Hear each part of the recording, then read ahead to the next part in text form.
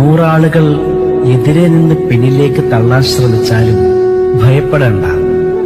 കാരണം നിന്റെ കൈ ചേർത്ത് പിടിച്ചിരിക്കുന്നത് ചാത്തൻ സ്വാമിയെയാണ്. കുടുംബവും ഉറ്റവരും തള്ളിപ്പറഞ്ഞാലും തളരണ്ട. അവരൊക്കെ നിന്റെ പുറകെ വരുന്ന കാലം വരും. എത്രയൊക്കെ ദുർഗളത്തിൽ വലഞ്ഞാലും പതറണ്ട. ശാശ്വതമായ സന്തോഷത്തിന് മുന്നോടിയായുള്ള ഒരു പ്രക്രിയ മാത്രമാണത്.